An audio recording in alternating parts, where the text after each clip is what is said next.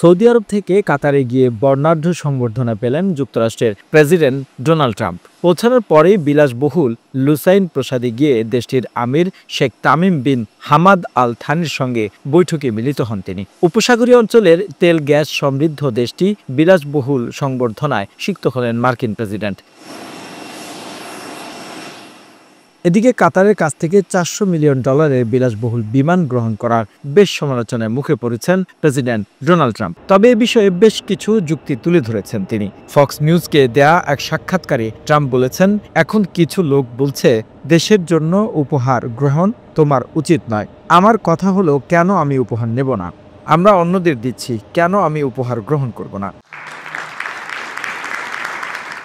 বোয়িংয়ের বিমান তৈরির কাজ শেষ করতে কয়েক বছর সময় লাগবে জানিয়ে তিনি বলেন, যখন তারা কাজটি শেষ করবে তখন এটি চমৎকার হবে, কিন্তু সেটা দীর্ঘ সময়ের ব্যাপার।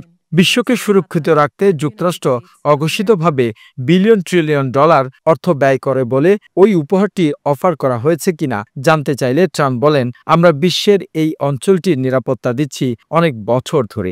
From Boeing, that's the largest order of jets in the history of Boeing. That's pretty good. And that's 140. Was that a 140 or 160?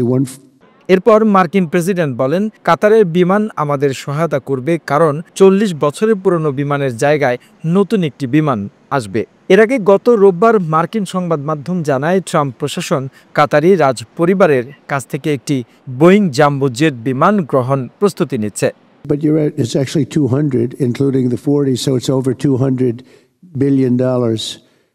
But 160 in terms of the jets. That's fantastic. So that's a record, Kelly. And congratulations to Boeing. Get those planes out there. এটি কাতারের দিক থেকে একটি চমৎকার পদক্ষেপ। এর আগে ফেব্রুয়ারিতে ট্রাম্প বলেছিলেন, এয়ারফোর্স ওয়ানের জন্য নতুন দুটি জেট বিমান পেতে বোয়িং দেরি করায় তিনি খুশি নন। তখন ট্রাম্প এটাও যোগ করেন, হোয়াইট হাউসে একটি বিমান কিনতে বা একটি বিমান পেতে অথবা অন্য কিছু করতে পারে। The news Bangladesh desk report.